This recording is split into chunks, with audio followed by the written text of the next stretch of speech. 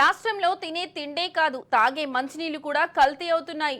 బయటకు చెప్పేది బ్రాండ్ కంపెనీల పేర్లు, లోపల నీళ్లు చూస్తే మాత్రం నాసీ రకం. ఇటీవల ఫుడ్ సేఫ్టీ అధికారులు చేపట్టిన తనిఖీల్లో ఈ విషయం బట్టబయలైంది.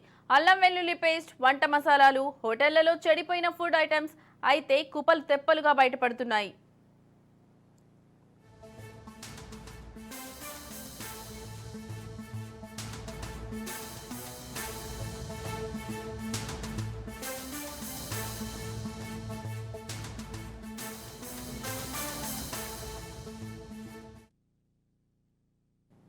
కల్తీ ఫుడ్ లో ఈ మధ్య కాలంలో ఎక్కువగా పట్టుబడింది అల్లం వెల్లుల్లి పేస్ట్ అని తేలింది.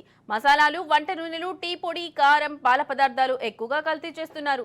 ప్రాణాలకు హాని చేసే సింథటిక్ ఫుడ్ కలర్లు వాడడంతో పాటు సిట్రిక్ యాసిడ్, కెమికల్స్ ఉపయోగించి అల్లం పేస్ట్ ను తయారు చేస్తున్నారు.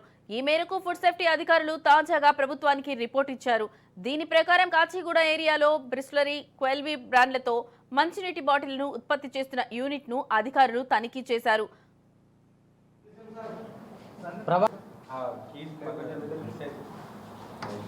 పాస్ చేసేసినాం దాన్ని కోడ్ ఆన్ ప్రామిసెస్ని కోడ్లని as per the court order destroy చేస్తాం వాటిని.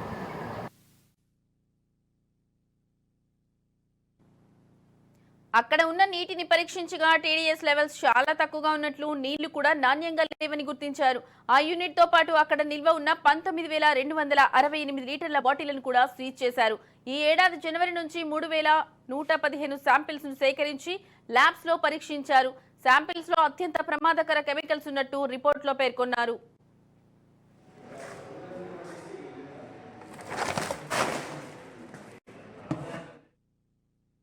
ప్రధానంగా హైదరాబాద్ నగరంతో పాటు గ్రామాల్లో ఉన్న కిరాణా జనరల్ స్టోర్స్ లో కల్తీ ఉత్పత్తుల అమ్మకాలు చేస్తున్నారు.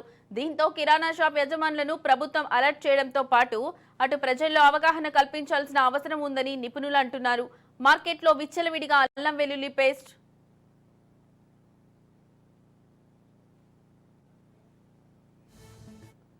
కల్తీల్లో అల్లం వెల్లుల్లి పేస్ట్ టాప్ లో ఉంది. ఆ తర్వాత వంట మసాలాలు ఉన్నట్టు అధికారులు చెబుతున్నారు.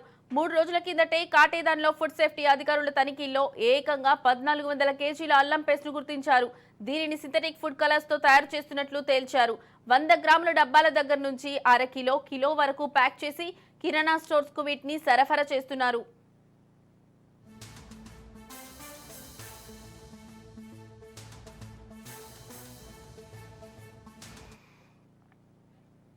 ఏదో ఒక బ్రాండింగ్ పేరు పెట్టి వీటిని అమ్ముతున్నారు. ఎక్కువ మార్జిన్ ఇస్తుండడంతో కిరాణా షాప్ యజమానులు కూడా వీటినే సేల్ చేస్తున్నారు. వాస్తవానికి తెలంగాణలో ఏ కూర చేయాలన్నా ఖచ్చితంగా అల్లం వెల్లుల్లిని ఉపయోగిస్తారు. కల్తీ చేసిన అల్లం పేస్తోనే వంటలు వండుతున్నారని, దీంతోనే ఎప్పుడు ఎవరు ఏ రోగం బారిన పడుతున్నారనేది కూడా గుర్తించలేకపోతున్నారన్నారు.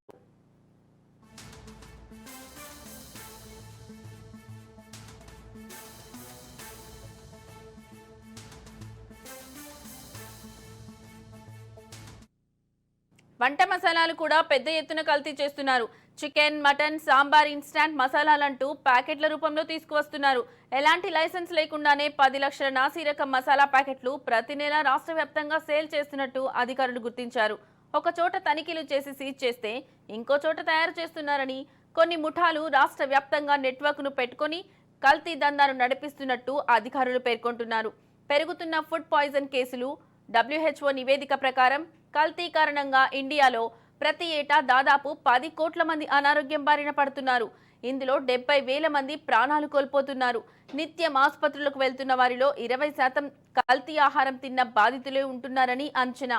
తెలంగాణలోనూ కల్తీ నాసిరకం ఆహార పదార్థాలు తిని అనారోగ్యంతో హాస్పిటల్స్ లో చేరుతున్న వారి సంఖ్య అంతకంతకు పెరుగుతుంది.